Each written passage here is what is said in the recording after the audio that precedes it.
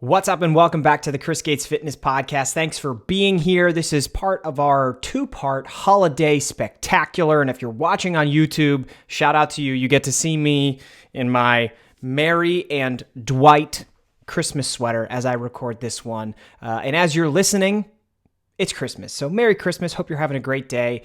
And I'm excited to dive into really the first of a two-part series where I want to help you figure out just some of the key cogs to the most important things you could do for the most popular fitness goals that are out there. And today we are going to be focusing on fat loss. So I have 4 tips to lose fat in 2024. And these are things that some of them I've spoken before about them on the podcast. Some of them maybe not. Some of them maybe in a different light. We'll discuss them because this is New Year's resolution season, and it's a popular time for people to get motivated about health and fitness. And with that being the case, that may describe you. I want to help you just approach this stuff the right way because if we're being honest, the vast majority of people who set a New Year's resolution, especially if we're talking about fat loss, they take the all or nothing approach, right? They take the fast track, the rapid fat loss, the how can I lose as much weight as possible, as quickly as possible, and then go back to what I was doing approach. And obviously, that's not good. Obviously, that doesn't work, and that's why most people, you've probably heard the stat, most people either don't achieve their New Year's resolutions, or with the health and fitness one, like losing fat, you see some progress, but then gain it all back later in the year because you never took an approach that was going to be manageable, sustainable, something that you could adhere to. So a lot of the topics I'm going to talk you through, these 4 tips, are really going to be based around how you can do this effectively and efficiently, but really also sustainably, because I want you to be able to make progress in 2024 that you can actually manage and maintain and learn from it. Like that's the basis of everything I do with my one-on-one online fitness coaching clients is I want to help them make progress while we're working together. But like before anybody signs up, I always say the goal here is for you to make progress now, but also learn along the way how to maintain that progress long-term and really continue to set higher goals for yourself as you move forward. And there's a lot of teaching and knowledge that gets shared throughout the coaching process to help folks understand the fundamental building blocks of exercise and diet and how all this stuff comes together so that you can do exactly that, so that you can manage your progress long term. So that's what I want for everybody that wants to lose fat and really anything with fitness. Like if you want to improve your health and fitness, you should want to do it in a way that lasts because this stuff is forever. This stuff is not for right now. And so many people take this approach of like, oh, well, I'm going to focus on this now, but then I know I'm going to not be focusing on it later. But your health ebbs and flows with your lifestyle habits and how you carry yourself throughout life. And at every stage of life, your health matters, right? So this health and fitness stuff is not a fad. It's not a trend. It's not for a short period of time.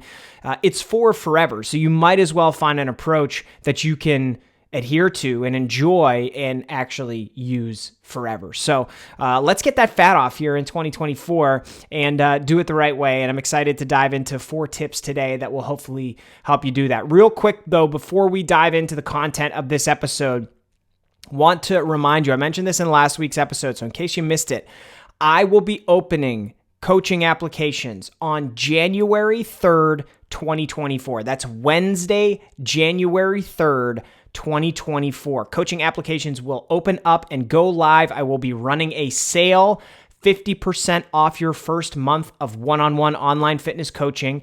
And that sale will run through the following Wednesday, January 10th. So you will have about a week there to get your application in, and we can talk about, what your goals are, what a program might look like for you, and if it's a good fit and you want to get rolling, then we can get you signed up on that massive discount. It's a massive discount, and I don't do this all the time.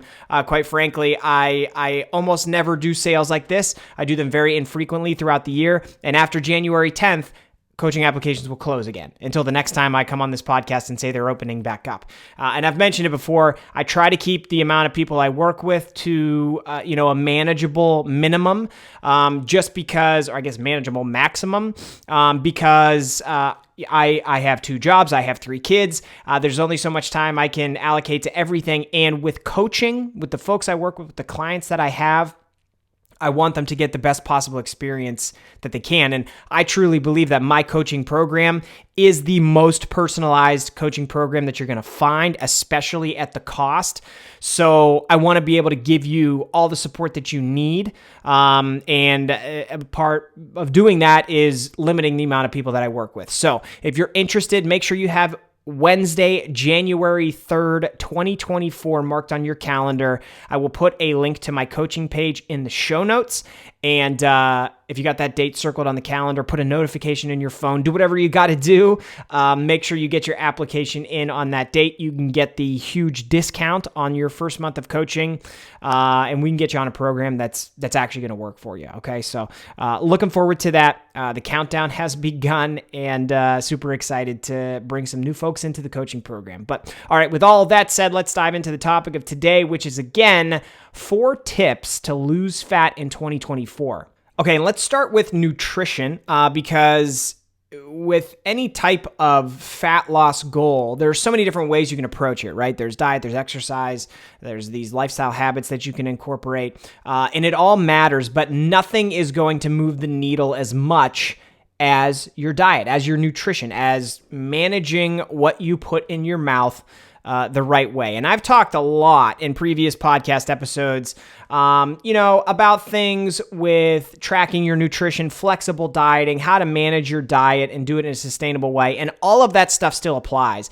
But on today's episode of the podcast, I want to dive into some, more nuanced topics about fat loss, because if you've listened to the podcast for a while, you know a lot of the fundamentals, right? And we're still going to touch on those fundamentals, but like I said at the beginning, we're going to do it in a little bit of a different way here. So, from a nutritional perspective, and this is maybe the most important thing that you can do as you get into the new year for fat loss, try to eat your height in protein. And that may sound weird, so I'm obviously going to explain what I mean. But most people, or most recommendations that you're going to hear from coaches, trainers, fitness influencers is eat 1 gram of protein per pound of your body weight, okay? And I'm not a huge fan of that approach. And don't get me wrong, it's not bad. If you do that, it's not going to ruin your progress. It'll most likely help a lot. But what I have found, especially when we're talking about fat loss, is if you need to lose body fat, you're probably at a overweight or obese status, right? You're probably at least overweight, which means you're carrying more weight than you need to or should be.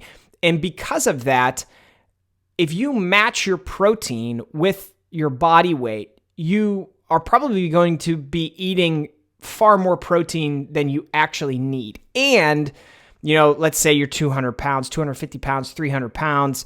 That could also really be hard to achieve and really, really be hard on your GI, on your digestive system if you haven't eaten that much protein before. So I don't really like to throw people that far in the direction of a high protein diet, at least not to start.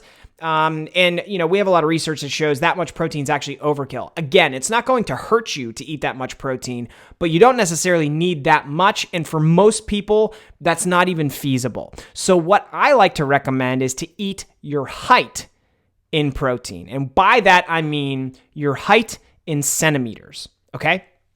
So this is something that I have found is much more, easily applied across like all populations of people. So whether you're underweight, whether you're at the appropriate weight, whether you're overweight, whether you're obese, we all kind of still fall into like the same window of height, right? Like most people are between 5 feet tall and 6 feet tall. I don't know what the average, actually I'll Google it right now. I'm going to Google this live on the podcast. How tall is the average American? The average American man is 5 feet 9 inches tall. So let's see, what is the average woman? 5 foot 4 inches tall. Okay, there's your window. We're talking about how the average heights of people are. So we're all kind of like in that relatively close range to each other. And if you take your height and convert that to centimeters, it's going to put you at a range that you're most likely going to be giving your body everything it wants and needs to recover from your workouts, but you're also going to be giving yourself a high level of satiety in your diet. And that means your diet is going to be very filling. Most people, when you start to eat a high protein diet or a high protein diet that is higher in protein than you're accustomed to, and I don't mean like 10 more grams than you're accustomed to. I'm talking about like 30, 40, 50 more grams of protein than you're used to on a daily basis. That alone, when you prioritize protein to that degree, that alone is going to make you feel so much more full on the food that you're eating that it almost inherently puts you in a calorie deficit. It almost makes a calorie deficit happening without you having to do any type of calculation to figure out how many calories you should be eating and then track your calories of all the food that you're eating. Like, you could literally just eat your height in protein and probably start to lose a considerable amount of body fat in 2024. That often happens for most people. And if we're being honest, most people don't eat their height in protein on a daily basis. I believe my height in centimeters is like 180 or right around there, 182, something like that. And I regularly eat around 180, 190 grams of protein, but most people don't do that. So if you're like my size, I'm 5'11", if you're my size and you normally eat 100 grams of protein a day or whatever it might be, you just eat a lower protein diet and then you push that to 180, that is going to be so filling for you that you're going to lose the desire or the cravings to have snack food and have these little indulgences that have maybe pushed you in the direction of gaining a little bit too much weight. You're not going to have cravings for that type of stuff anymore because eating that much more protein is going to fill you up. It's actually probably, you're going to notice that it becomes very hard to eat all the food that you need to throughout the day just to get to that much protein. Okay. And so that's why I say, like, if you're 230 pounds and 180 grams of protein is going to make you that full, then getting to 230 is just like overkill. It's probably going to hurt your stomach, hurt your digestive system, and like it's an unattainable goal. So I like to set an attainable goal that's still going to be really effective, and eating your height in protein is unbelievably effective. So that is my first tip. If I could encourage you to do anything, it's eat your height in protein. And again, what that means is take your height, convert it to centimeters, and it's super simple to do, okay? This is not complicated. Go on Google and type in inches to centimeters, okay? And then all you need to do is figure out how many inches tall you are and plug that in, and it's going to tell you what that equates to in centimeters, and then that's your daily protein goal, and try to hit that every day. Again, the satiety effect, the amount of fullness that you're going to feel, how filling that's going to make your meals is going to put you in a calorie deficit quite easily. That happens for almost everybody. So that's a really easy place to start, like the first thing that you need to do. And if that puts you in a calorie deficit easily, we know that a calorie deficit is required to lose fat. So you've already tackled the biggest factor for losing body fat, which is being in a calorie deficit. You've done that by doing one thing. Okay. It's very, very effective. And not to mention, it's going to help your body recover from your workouts. And we'll talk about training here in a little bit, but like if you're strength training and lifting weights and breaking down muscle tissue, it's going to help you recover, build more muscle tissue, lose more body fat, improve your overall body composition. So this first piece to the puzzle has so many positive trickle-down effects to this goal of fat loss that this is the reason why it's my number one tip for you. So eat your height in centimeters, your height in centimeters in protein per day in grams. That is, I think, the best place for you to start. Alrighty, tip number 2 is to set a step count goal for yourself and consistently hit that step count goal on a daily basis. And you'll notice, okay, we're 2 tips in here, and we haven't talked about any fat burning workouts. We haven't talked about intermittent fasting, the OMAD diet, going keto, eliminating all carbs. We haven't talked about any of those things that you hear all the time. I'm trying to give you easily actionable things that you can do that aren't going to radically change your lifestyle, but can radically change your body composition and help you lose body fat. So setting and hitting a step count goal consistently is one of the most effective pieces to the puzzle that I've found with my clients and personally to lose body fat. When I want to do a cut, the last few cuts I've done, like I did a mini cut this fall, and before that I did a longer, like 90, 100 day, calorie deficit fat loss phase. And in both of those, I didn't do any planned cardio at all. And they were the two best cuts I've ever done. I ended those with the best looking body composition I've ever had. And I didn't do any cardio. I didn't go do sprints on the spin bike downstairs. I didn't go running outside, which I years ago have done because you think, oh, it's running, it's hard, it's going to make me lose more fat. None of that. No spin classes, no HIIT cardio, none of it. Setting a step count goal is one of the most impactful things that you can do to lose body fat. And it gets overlooked because it's just walking. People think, well, if it's low intensity, I'm not doing enough to burn body fat, which is horseshit. It's not true. Like I just said, you just need to be in a calorie deficit to lose body fat, and setting a step count goal is going to help you get there. Okay. So, step count goals, what they do and why they're so effective is because they encourage activity throughout the day, every single day. And the consistency of this is really important. What I actually do with my clients is when we set a step count goal, what we do is say, like, I want you to average 10,000 steps a day for the week. Okay. And what that helps you do is, like, if you have a really busy day at work and you're chained to your desk and you only get 5,000 steps, it's not a failure. Okay. That's one day of the week. And across the entire week, we want to average 10,000 steps. That's what I like to do. That's what I would encourage you to do. So you can look back if you wear a watch that tracks steps, or if your phone does, or any type of device where you have some data like that. What I would encourage you to do is dive into the data and see what your step count goal, or not your goal, see what your average step counts have looked like recently. And if those step counts have been, I don't know, let's say 6,000 steps a day, maybe you start your step count goal at 7 or 8, right? You're trying to just tick that daily movement up a little bit. And when you do that, the reason it's so effective is because it's encouraging you to move throughout the day, every day. Again, consistency. Now, why is it better than workouts in the gym?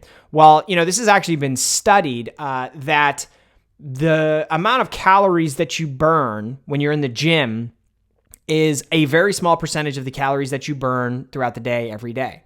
And the calories that come from non-exercise activity are actually much higher. Those calories that you burn are much higher and a much larger percentage than the calories you burn in the gym. The calories you burn in the gym equate to something like 5 to 10% of your daily calorie burn. Your non-exercise activity is a higher percentage of that. And then the biggest percentage of your daily calories, this blows everybody's mind, is nothing. It's you actually doing nothing. It's your body living. That's what burns the most calories throughout the day, every day. So, if you go into the gym and burn an extra 100 calories, those extra 100 calories as a percentage of your daily calories burned is very small. But what could be more effective is finding ways to move throughout the day on a more consistent basis. So, instead of doing a HIIT cardio class for a half hour, if you can squeeze in 3 10-minute walks throughout the day and stack those steps on top of the daily steps that you always have, and then do that 7 days a week consistently, you're going to notice that helps your body composition, that helps you burn more calories, that helps you stay in a calorie deficit more consistently than any type of cardio that you can do. So setting and consistently hitting a step count goal is my number 2 tip because of how impactful that can be. And there's just something to that pursuit, that setting that goal of trying to move more throughout the day, that is really impactful, not only for fat loss, but also for, your general health. But when you have that top of mind, that you need to hit a step count goal, it inherently forces you to be more mindful of when you're sitting at your desk chair for too long. Like, I don't know how I'm sitting now. We're about 20 minutes into this podcast. I can tell. I've been sitting for a long period of time, and I have a step count goal that I want to hit. So I'm going to have to get up and move around a little bit after this to make up for a little bit of lost time here. But it just helps you knowing that you have that step count goal. It helps you be more mindful of your daily activity. And when you're mindful of your daily activity, you move more, you hit that step count goal. Slowly and progressively over time, you can tick that step count goal up, and it just helps more and more and more for this pursuit of fat loss. So before you go into the gym and try to do calorie burning workouts, start with a step count goal because it's more feasible, sustainable, enjoyable, and it's actually going to be more impactful across the long term. And now let's talk about being in the gym. My tip number 3 is actually the types of workouts that you should be doing. And again, we're not going to be talking about anything that starts with, hey, this is a fat burning X, Y, or Z type of workout. You need to strength train. You need to lift weights. And I'm going to tell you exactly why. It's not because I'm biased, but I am. I love strength training. Lifting weights is basically my favorite thing to do. But when you lift weights, when trying to lose body fat, when in a calorie deficit, it actually creates a signaling response in the body that encourages more fat loss. And I'm going to explain what that means, what I mean by that. When you lift weights, your brain recognizes it, right? Everything that happens to your body throughout the course of a day, week, month, whatever, every individual day, there's different stimuli coming at you. And your brain receives that, right? You see it, your brain processes it, and your body reacts based on how your brain signals to your body. And that signaling process that occurs when you're strength training in a calorie deficit is very powerful because of this. You're in a calorie deficit.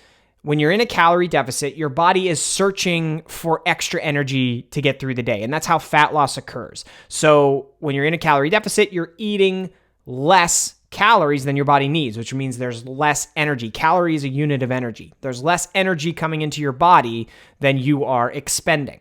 So what do? How does your body get through the day? If you're eating less energy than it needs, it utilizes tissue in your body and converts that into energy that it can use. And that's how fat loss happens, okay? So when we're talking about being in a calorie deficit and losing tissue, you want that tissue that you lose to be body fat, but it could come from anything, right? You could lose muscle tissue as well, and when you're in a calorie deficit. But the likelihood of that happening is much, much lower when you're strength training. And the reason for that is back to that signaling thing I mentioned. When you lift weights, when you're in a calorie deficit, your brain recognizes that there's just a lot of challenging stuff happening in the body that's requiring your muscles to be used, right? You lift weights, you do like a heavy set of, or an intense set of bicep curls. Your brain essentially signals to the body and says like, well, that was really difficult. And if you or me, if Chris is going to do that again, well, we need to preserve that muscle so that we can get through it more efficiently. Or we need to build muscle so that we can get through it more efficiently. So since that happens, the brain actually prioritizes muscle mass in your body. And what it does is it says, well, we need that muscle mass. So what we're going to do, since we're in a calorie deficit, we need energy to get through the day. We're going to grab that energy from fat tissue, okay? And that's how you can prioritize fat loss through strength training. It's a signaling response where your brain recognizes how important, how valuable muscle mass is in your body. And because of that, it prioritizes that muscle and it uses more body fat for fuel and for energy to get through the day. So I cannot recommend it enough. Make sure that you're strength training. It maximizes fat loss. It improves body composition too. Like some people will say like, well, I just want to lose weight. I just want to see the scale go down. And I promise you that you don't at the end of the day just want to see the scale go down. Because if you see the scale go down and at the end of it, your body composition just looks kind of the same, but just like more skinny fat, you're not going to be happy with it. People are never happy with that type of look. I know you want the scale to go down, but like we're talking fat loss here. Fat loss can occur without the scale going down. I think what you really mean is you want to see your body composition improve. And so lifting weights, strength training while in a calorie deficit improves your body composition radically. It drastically increases the amount of muscle mass, decreases the amount of fat mass, and improves your overall body composition. Now, how do you go about that? There's so many different ways to go about that you can lift weights. I often recommend, get yourself, if you're a complete beginner, get yourself doing a pressing exercise, a rowing exercise, and a squatting exercise, okay? If you're more advanced than that, then you probably know some of the other exercise variations, but if you really have no clue about how to process this stuff, I have two options for you. Number one, if you sign up for my newsletter, you get a free 21-day program that can kind of teach you how to build some workouts, okay? So that could be really helpful. Or number two, mentioned it at the beginning of the episode, I'm a coach. That's what I do. I set up programs for my clients so that you don't really have to guess your way through this stuff. I can give you the tools to figure out exactly what to do, lay that out for you, and then you can just go and do it. Okay, so those are two good options for you. But you need to be on some type of plan to consistently make progress. Like a program is important. It's much more helpful when you're lifting weights and doing strength training to be on a program as opposed to like just going into the gym and doing whatever and trying to figure it out. You know what I mean? Yeah. So tip number 3, you have to be strength training. You got to lift weights if you really want to improve your body composition and if you really want to maximize fat loss. And tip number 4 to wrap things up here, don't get focused too much on the scale, okay? I kind of alluded to that before, but people really let the scale ruin everything, which is funny because most people who want to lose body fat, like I just said, they want to lose weight. They want to see the scale go down. And then you let the scale actually convince you to quit, which is ridiculous. And I can't tell you how many times I've worked with a client who, like, just by tracking the things that we do with body composition on a regular basis, they're blown away at how, like, oh, I actually am making progress, and I would have typically quit at like this point in time, but now that I'm able to zoom out and actually see all the progress that I've made, holy crap, like I look and feel like a completely different person. It's important to not only use the scale and don't let the scale be the thing that helps you determine whether or not you're succeeding. Because the scale, especially for fat loss, is often a terrible way to gauge progress. And I know that sounds backwards again, and I'm going to explain why. I know that sounds backwards, but it kind of is often a terrible way to measure your progress. And the reasons for that is to go back to some of what I just said. If you're strength training while you're in a calorie deficit, you could be building, tons of people build muscle while burning fat at the same time. Some people in the fitness industry will tell you like, oh, you have to do one followed by the other. You can't do both at the same time. But that's because they are deep into this stuff. They're very advanced in their journey, and that's what they have to do. But from a general population standpoint, people who just recreationally lift weights occasionally, do exercise occasionally, or if you're a complete beginner and haven't at all, you're actually going to we can show you that it's actually going to happen. Like it's guaranteed to happen if you do a calorie deficit plus strength training. And if you're new to this stuff, or if you don't do it all the time consistently, you will build muscle and burn fat at the same time. We know that that's going to happen. So with that being the case, just think about what that means. If you're building muscle and you're burning fat at the same time, we talked about tissue, right? Fat loss means you're losing tissue in the body. Well, if you're losing fat, you're losing that tissue, but at the same time, you're building muscle. So you're losing a tissue in the body, but you're adding a tissue in the body. What does that mean? It means the scale could never move, but your body composition could change dramatically, like I was just saying. So this happens all the time. I have a bunch of clients where it sticks out to me about the progress that they've made. I have this client, his name is Brian.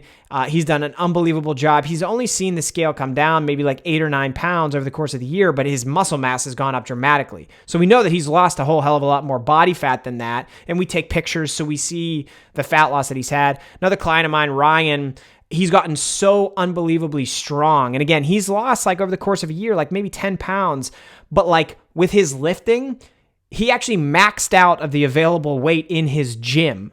So he had to buy dumbbells for his gym so that he could keep lifting heavier and getting stronger because he's built so much muscle and strength.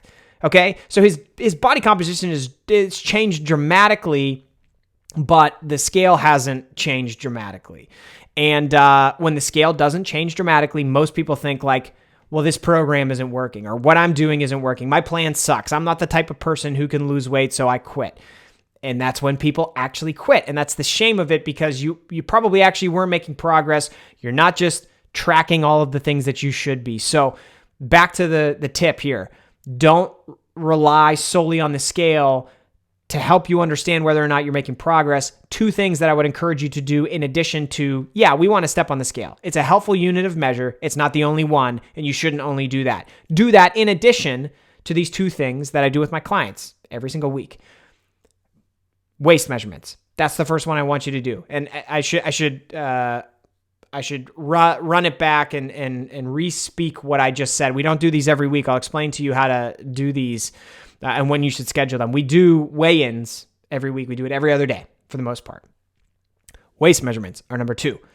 We do waist measurements every 2 weeks. You wrap a tape measure around your waist at the top of the hip bone. I have a video on my YouTube channel that shows you exactly how to do waist measurements, how to track your body composition and make progress, I believe is the title of it. It's one of the most recent videos I posted. So if you go on my YouTube channel, youtube.com/ChrisGatesFitness, you'll see it on there. And it shows you exactly how to do waist measurements. Waist measurements are better indicators of fat loss than the scale a lot of the time, because, we tend to, when we gain weight, everybody genetically kind of stores body fat differently. But for the most part, the vast majority of human beings, the first place you'll start to see that fat accumulate is in the abdomen, in your stomach area. So if we're taking regular waist measurements, since that fat starts to gravitate there first, when you lose fat, it starts to come off that same body, the region of the body first as well. So tracking waist measurements helps you understand changes in your body fat. So you may see the scale doesn't move at all, but your waist measurement goes down half an inch or an inch over the course of a month. And it's like, holy shit, okay, well, I'm the same weight, but my waist measurement went down. I can relatively confidently say that I'm building muscle and burning fat, which is super cool. That's really, really cool. And let's tack on this third one as well. Progress photos. Okay. So if you add progress photos to the mix, again, how to do those, it's laid out in that video on my YouTube channel. Take a photo from the front, right, left, back, and I'll show you how to do that in the video. So check it out. Those are going to visually show you how your body's changing. And that's another one where it's like the other two measurements might not change at all, but you might visually start to see muscle definition in areas of your body that you never saw it before. Okay. And again, if you're seeing that, it's not a mirage. It's not a joke. It's happening. You're building muscle and burning fat at the same time. So make sure that you're tracking those types of things, and also just like pay attention to the fit of your clothes, pay attention to how you're feeling. What are your energy levels like? What's your mood like? So many different things can improve, and those are forms of progress too, even though they're not a number on the scale. So I can't encourage that enough, is to not solely use the scale to determine whether your pursuit here of fat loss in 2024 is or is not a success. I hope these tips help. I really, really do. I think if you do those 4 things, but honestly, like I said at the beginning, like you could just do the first one and probably start to see progress, and maybe that snowballs into some of the other ones. I really think if you do these, you're going to see great progress, and be a great starting point for you to, start moving in the right direction. And don't worry about how fast or short or long it takes. Just do it. Commit to being consistent, and you're going to see progress. I can guarantee you that.